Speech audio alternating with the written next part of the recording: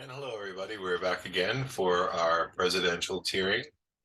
And we left off with a president who is not very good with Hoover, and we're at the Great Depression, which is, of course, a turning point in American society. Let me get my headset on so you can hear me better. And we'll be looking at a very important president, Franklin Delano Roosevelt.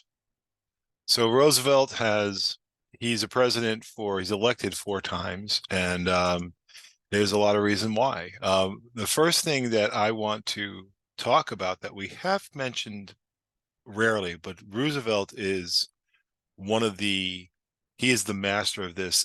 He is the dealer of hope. He goes to America when it's basically on its knees from the Great Depression. We have record unemployment. I mean, it's unbelievable. The banks have gone bust. We have dust bowls in where I'm from. I'm from Oklahoma, and we have dust bowls there. We have a diaspora because of the environment and the economics. Things are bad. They're really bad now.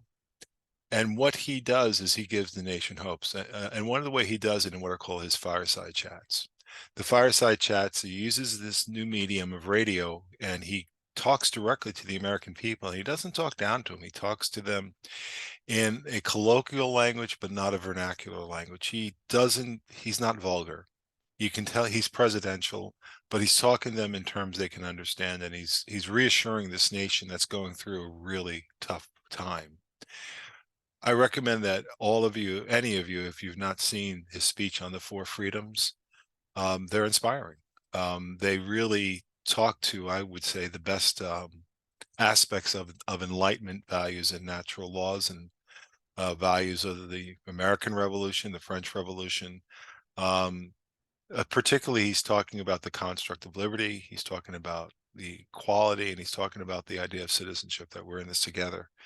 And basically, the 4 freedoms that he mentions are the freedom of speech, which is vital, freedom of worship, which is very important, because when states gain power, oftentimes they do see religion as a threat. Any idea that does not come from the state and can cause disagreement with the state. And religion does serve that, I think, utilitarian idea of giving people a different aspect, a moral compass. And, all major world religions do have the aspect of kindness toward other humans as a part of it. And I think those are net positives.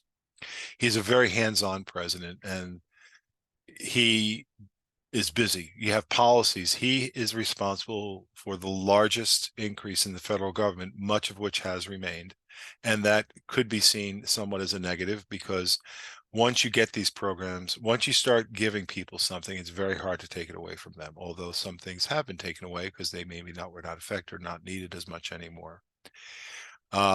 He has created, definitely using Keynesian economics, where the government is working along with the private sector and basically spending money. The government is spending money or investing money or giving tax breaks. It's different ways. Keynesian economics works both ways on supply side economics and more large federal government bureaucracy. The idea is that the federal government is giving resources to stimulate the economy. Now, one thing I will tell you is that most of his plans on the New Deal, they stop the arterial bleeding, but they don't bring a recovery.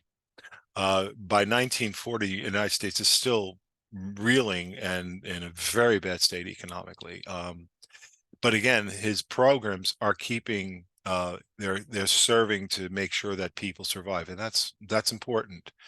It's really World War II where you do have, again, market values and stuff, and a real economy, not one that's basically being propped up and created, an artificial economy. Even things that were being built were not making money. And the idea of the economy is kind of boosted when World War II, because you have a massive change in production and needs of production, and free market principles are being introduced, and that is what basically ends the Depression. But some of his works, the public works that he initiates, are very important.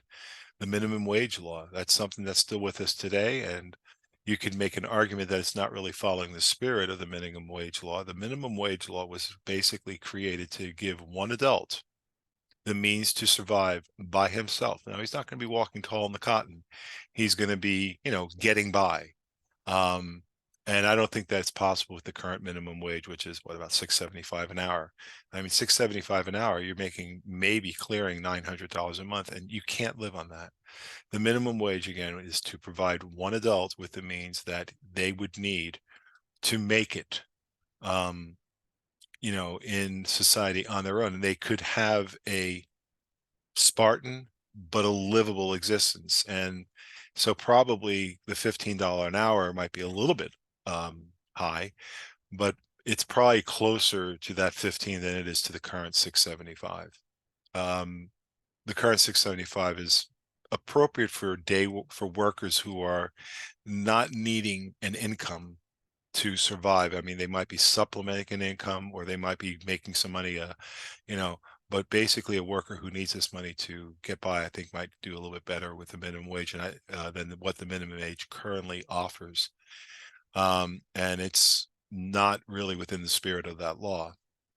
Some of his terms, he expands workers' rights throughout, and the building of industry and stuff, and he's making workers' rights are protected. Their labor is valued, and of course there are tensions, but workers' rights are being given to not because workers have taken such a hard hit. So part of it was due to the context of that situation, but also the fact that we needed to keep America working.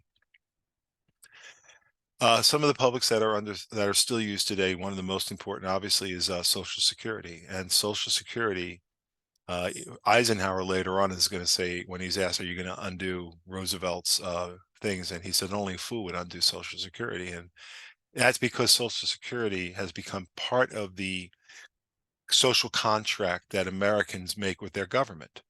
The social contract is, I'm giving you a certain amount of money and you're going to invest it for me and basically provide me a standard of living that I can get by with based on how much I put into the system, and survive and not be in destitute situations. But for Social Security, 2/3 of American senior citizens would likely be in poverty.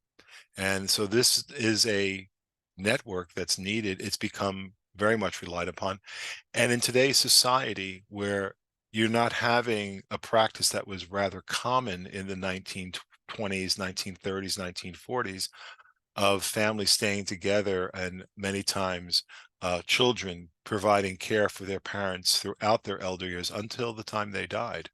Um, Social Security allows people who are living longer to have more independence and have that freedom, um, and stay out of poverty. And now there is obviously a need to sometimes look at Social Security and look at the entitlements and say, how can they be worked out? Again, with the idea that people are living longer.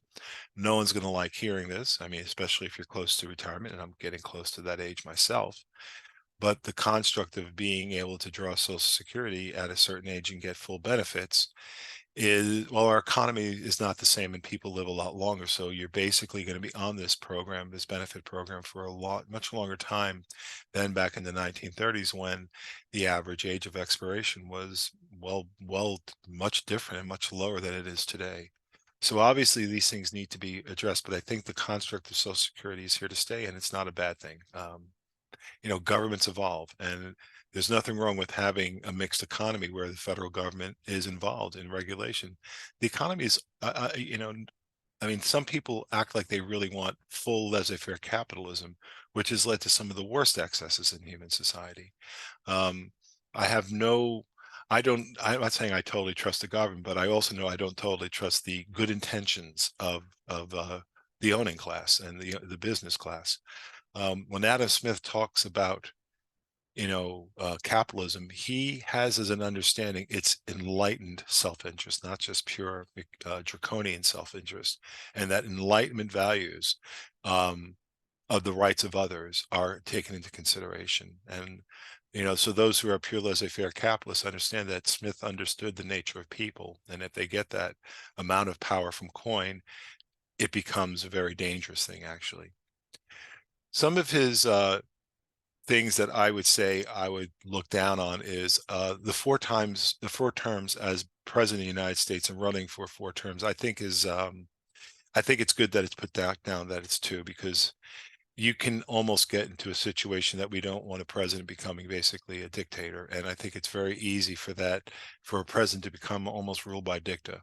And I think that is something that was a push. Now you can say, you can argue in the time that maybe it was appropriate. His second term is 1940, and America is in a difficult situation, will be involved in World War II within a year or so. And obviously in 1944, we're in the war, but his health was really bad at this time. And I'm not sure that his presidency in 1944, I think the country could have survived a transition because the war was supported. And, we were on the situation by November of 1944 that the war is basically won, especially with breakthroughs that occurred in Russia during the destruction of the destruction of Army Group Center, and in the Western Front with the rapid advance into France. So I think that's a justifiable criticism. He is a fantastic leader during the war. He really works well with Stalin and Churchill, who are very different personalities, and he's a good mediating effect. I will say that in the way of going to war, I think he saw the axis for who they were, but I also do believe that he pushed the ball kind of far and put the Japanese in a situation where they almost had to attack the United States and start the war. I think that by 1944, by 1940, I think Roosevelt basically is in the idea that he knows this country is going to be in the war. And I'm not saying I'm a Pearl Harbor conspiratist. I think that the embargo upon the Japanese, it was done knowing that this was an absolute existential threat to Japan. And Japan realized that the oil would run out, and their boats, their destroyers and their battleships would no longer have fuel to move and maneuver. And as an island nation, they needed that navy to work. They needed fuel, and they knew they'd be out of fuel by 1946. And this was an absolute threat. And I can understand that they're saying that with Japan, their incursions in China and the brutality that they did show, and they were brutal, especially in Nanking and other places, was the reason for going out. But I have to be skeptical of that. And again, I'm not trying to sound like I'm anti-American or anything like that. I'm trying to say that I'm trying to look at it as a historian who studies world history. And what the Japanese did was nothing close to what the Belgians had done in the Congo. And imperialism was still alive, very much alive and well. Churchill wanted to continue the imperialistic system. And it's a little bit disingenuous to, talk about the moral outrage against the Japanese atrocities when the world had been silent during the Belgian Congo and all that had gone on for so long in Africa. And the Americans' participation in the Philippine War, it really kind of is it's disingenuous, and that is not at all reducing what the Japanese did. They were horrible to the Chinese, especially Nanking, which is really brutal. Another thing that has to be a critique and is an absolute devastating violation of civil rights and the Bill of Rights is the Manzanar concentration camps. And again, they're concentration camps in the sense that people are being concentrated. They can call them internment camps, but you are concentrating one segment of the population whose only wrongdoing was that they were that race. So internment camps, but it's also a form of a concentration camp, just like the concentration camps of the British in the Boer War.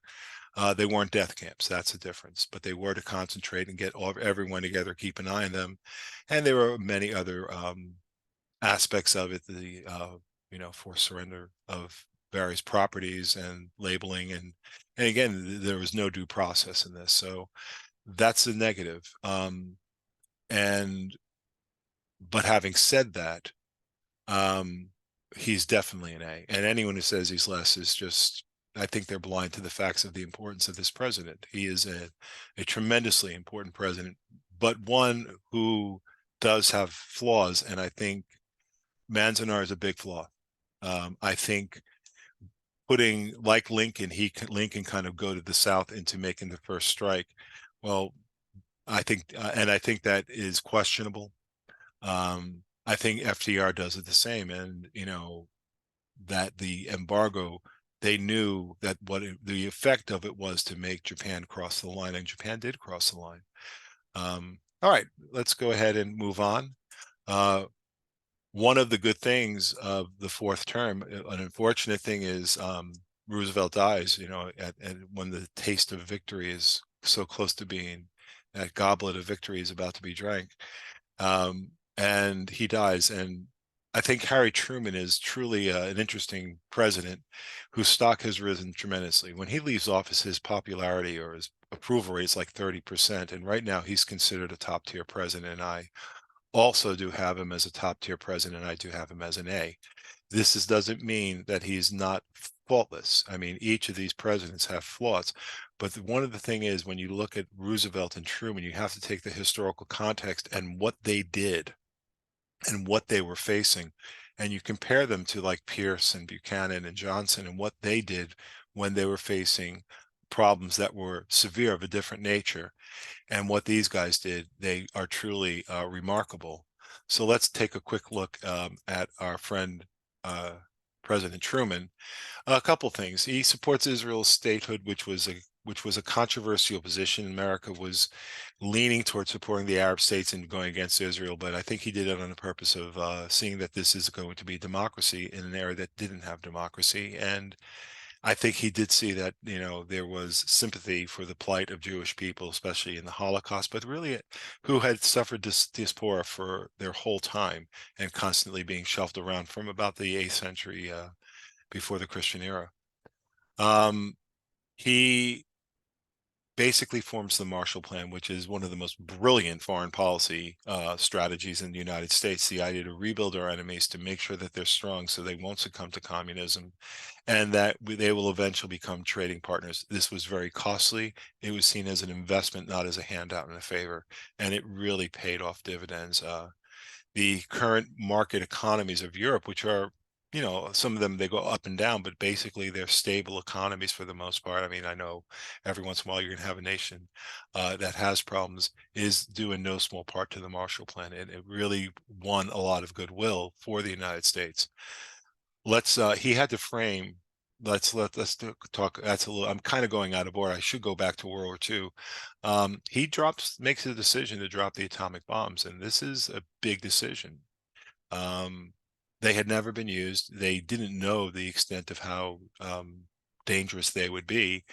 And he basically looked at the math and understood that the way the Japanese were fighting in their home islands like Okinawa and other islands, that the amount of casualties that was there was estimated that about 5 million people would die in the invasion of Japan, or there'd be 5 million casualties in invading Japan and taking the country. And it would have to be taken street by street in some points and block by block. And there were a lot of people there.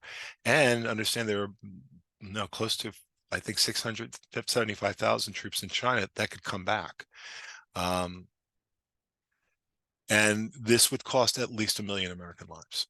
And he looked at the math and said, I can't, if I had, the statement he makes, that's, he talks about this and says, I can't make this decision knowing I had the ability to stop it.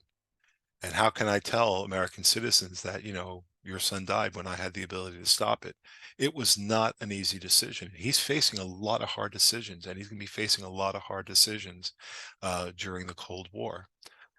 So the decision to drop the A-bomb, it is a horrible decision, but it's the right, I think in history, from a self-interest perspective of an American point of view, it probably is the right decision. And maybe for the Japanese point of view, imagine if, Tokyo didn't have nuclear weapons dropped on it, and it was leveled, it was flattened, and Japan would have been a cinder, basically.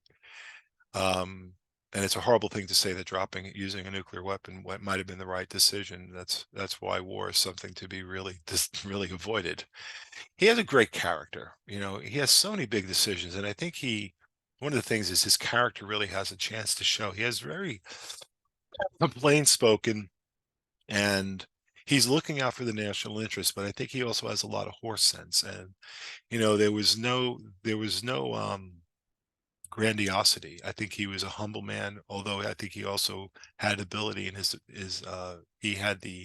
he had basically belief in himself and his ability to make the right decisions, and his character does that. One of the things that he does is, and he takes a hit for this with the southern states, is he desegregates the military. And the history of racism in the United States is evident. I mean, it's, founded in slavery.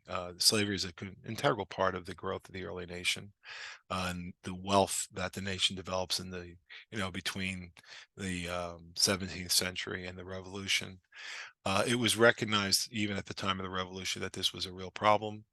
The first draft of the Declaration of Independence, excoriates the idea of slavery, and it's kind of, saying it's really not our fault, but I think there's some valid arguments that Jefferson makes about that. And there are very, as someone who tries to be objective, I don't like using terms like good or bad, but I think you just can out and out say that slavery is evil. It's an evil system. It's based upon power and coin. And when you get those two things together in very, very large numbers, you're looking into problems. So he knows that the desegregating the military, which is a step forward and going in the right direction toward this idea of trying to figure out the racial equations in the United States, and it's a big first step. He comes into this job with hardly any experience. He'd been a senator and from basically a smaller state, didn't have any, lightning rod legislation or big names. He was a solid senator. He had done a lot of good work in Missouri politics. He did have some connections there. Were probably not the best connections, but I think he kept the graft to a minimum, and that was part of the system back then. What he does is he uses good common sense, and I think his decisions have lasted because it got through that very turbulent period of the post-war and got through it peacefully, and it allowed for a transition to Eisenhower, who's going to kind of build on a lot of Truman's plans and use his own belief system to get through the next phase of this, now the Cold War period. So basically, he handles the situation where he doesn't have any job fantastically. The Truman Doctrine is American policy that we will basically stand up against communism and anywhere it shows. And I think that, and again, later on, this is kind of going to be, the domino theory. It leads to the domino theory, which is understandable for the time. We can question now in history what might have happened if we had just decided not to go into Vietnam, and after the French had fallen in '54. But basically, the Truman Doctrine, we didn't know, and we didn't understand Stalin's intentions. And Stalin, I mean, it's how you look at it. What was Stalin looking for in the Cold War? Was he looking just for a buffer zone, as he stated, which has some validity given Russia's history from the 1800s to the, I mean, Russia had been invaded 3 times by major armies and been brought to her knees by Napoleon, then by the Germans in World War I, and then by the Germans again in World War II. And he wanted those states to be a buffer zone, and he wanted a reliable government to make sure they would stay a buffer zone. So I understand why Stalin did it, and I'm not saying it's the right thing. But he, said basically, he also, though, he realized that he couldn't take these. He could not use military force to take them again. And I think he does a good job handling MacArthur, firing MacArthur, because MacArthur honestly was really going over the line, and could have been court-martialed for what he had done regarding Truman during the Korean War. He helps create the United Nations, and basically speaking, I understand that some people want to get out of the UN, and there is frustration sometimes when American interests have to suffer because of the interests of other parts of the world.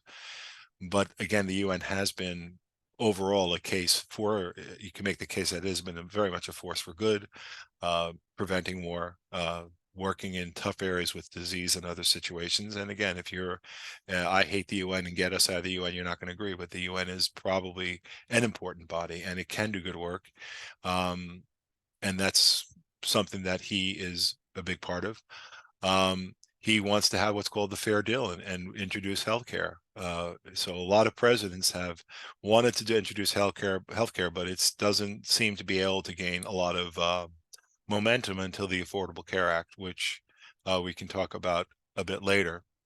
He calls it the fair deal. He forms NATO, which at the time I think was a good organization.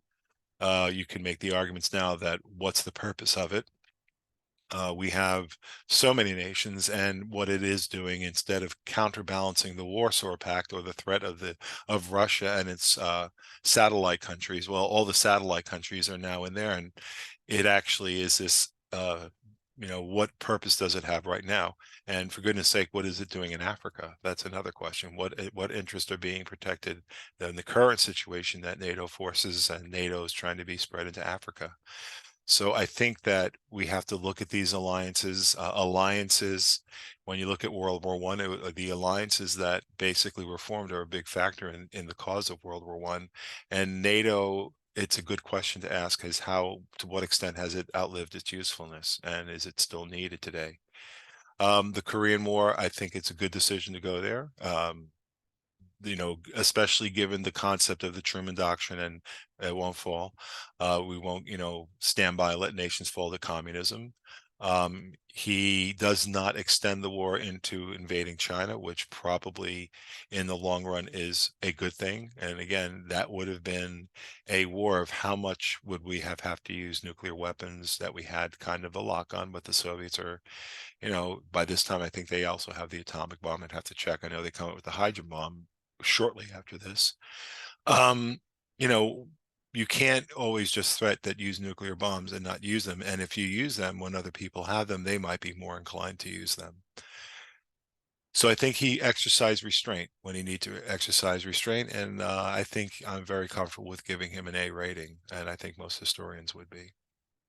So this brings us to Dwight D. Eisenhower, who is another very important president at a crucial time, because the Cold War is still going on. It's actually getting worse because the weapons are getting more dangerous.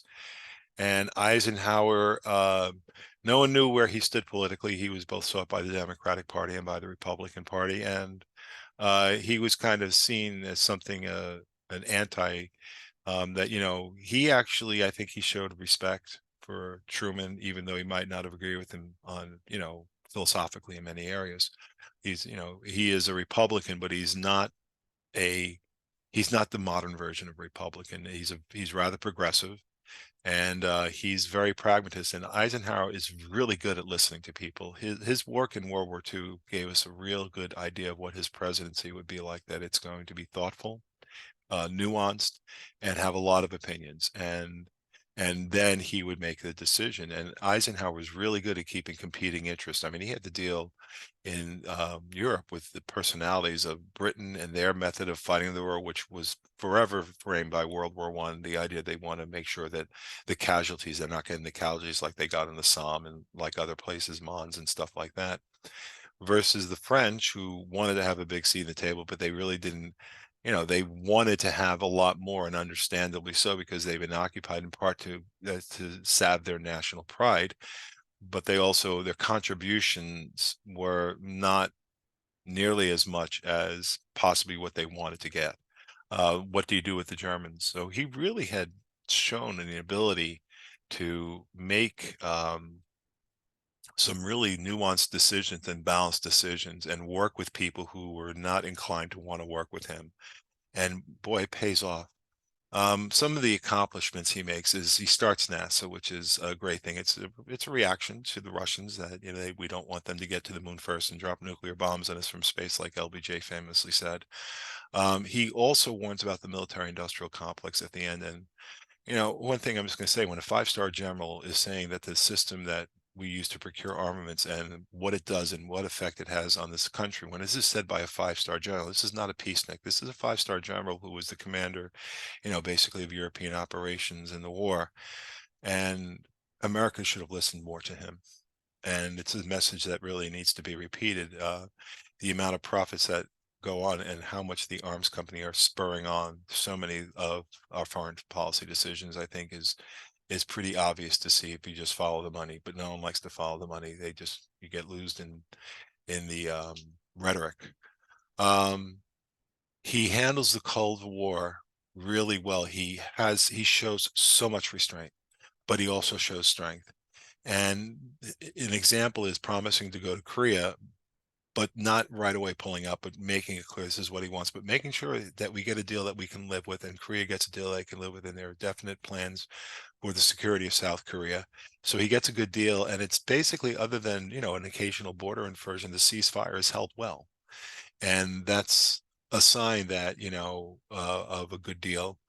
He kept his word also in going to that. He shows restraint, though. Hungary in 56 rebels, and he is under tremendous pressure to go ahead and assist Hungary, but he can't. He can't risk a war with the Soviet Union, because the Soviet Union would have stopped at the Atlantic Ocean if World War had broken out in Europe at this time. That was the only thing that would have stopped them, is when they got to the ocean. Then they would stop and they would have all of Europe. So he doesn't over respond. The same thing is said about the Suez Canal. The Suez Canal could have been a real disaster. Um, and we side with the Egyptians and against Great Britain, which is something that is very rare. Usually the United States and Great Britain have walked lockstep, and this time he says no, it's not worth it. And he also goes against Israel's policy, who obviously had a vested interest in the Suez and gaining the Suez, and as a payback thing. This again is a tough decision. It took a lot of restraint. He took the heat from it, and people can disagree about his decision, but in the long run, it led to a cool down. And again, let's look at the long-term fallout there. The results, there's not a lot of long-term negative fallback, no disaster, no massive loss of territory, nothing like, after Churchill. Sometimes people go with this appeasement thing that, well, that was appeasement. Well, maybe appeasement was wrong with Hitler and that personality, but maybe, restraint was not a bad idea in this situation. And it seems that it worked out fairly well in the long run. He does really well with civil rights. He could have done more. He could have done more. I mean, I think he wanted to. He is, if you look at him again, restrained. He takes measured approaches, but he does Brown versus Board of Ed, Brown versus the Board of Ed, and he goes ahead and makes sure that it's backed up and that the law will be followed. When the Supreme Court decides, there's what's right, there's what's wrong, and there's a law, and the Supreme Court decided on it. And I mean, I think as far as civil rights, it was a just decision. He does start Operation Wetback, which is basically patrolling the Rio Grande and looking for Mexicans coming across the border. I think the name is a little offensive, maybe a lot of offensive in today's society, and that's not a bad thing. On the other hand, I think that control the border is something that is a good idea. We can't have people willy-nilly coming across the border just because they want to be here. There's a system, and I think that border control is something that obviously is part of security of the United States. He goes, the interstate highway system is created. This is a big project. It's a big federal project. It unites the country. I mean, where would we be without the interstate system today? We would have a lot of problem. Americans love their cars. We are a mobile nation. We value travel. We value travel for work purposes, but also for recreation and commerce. So the interstate highway system is a winner, and it's a long-term positive net gain in the United States. Some of the negative things, he is the one that lets the CIA under Dulles, and he kind of gives them a free rein because, and I think again, though, it's part of this restraint. It's that he wants to do something against communism. He is against the Cold War. His policy is brinksmanship, and we'll talk about that in a second. But he doesn't want to have a hot war. And I think what he says is that this to do it undercover and do it, sub rosa, and use sleight of hand and use the CIA and the dirty deeds done dirt cheap brigade of that department is in the American interest.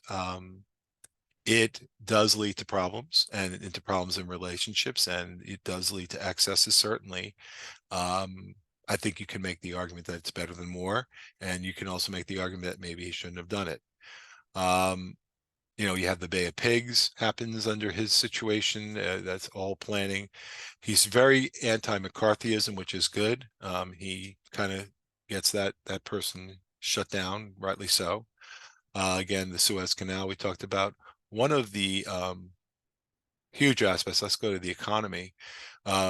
During Eisenhower's presidency, the gap between the rich and the poor is the smallest in our nation's history. And I think that is in large part due to his tax policy. And he had a very high tax for the top earners in the country. I know it's kind of said is, what are your politics? And some people might say, well, I'm very conservative in my economics. And it's like, oh, that's good. And then you say, yeah, I want to go back to Eisenhower's tax rate. And suddenly that's not suddenly as good. But I do think that there's something to be said about this is that, now one of the things that you can make an argument against this gap small gap is that the economy is very different today, and America was making so much more money from manufacturing and our exports that we don't have today.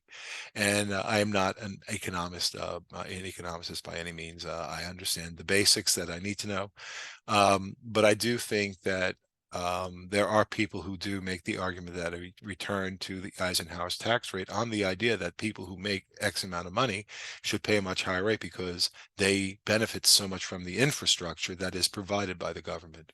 And it's not a bad argument.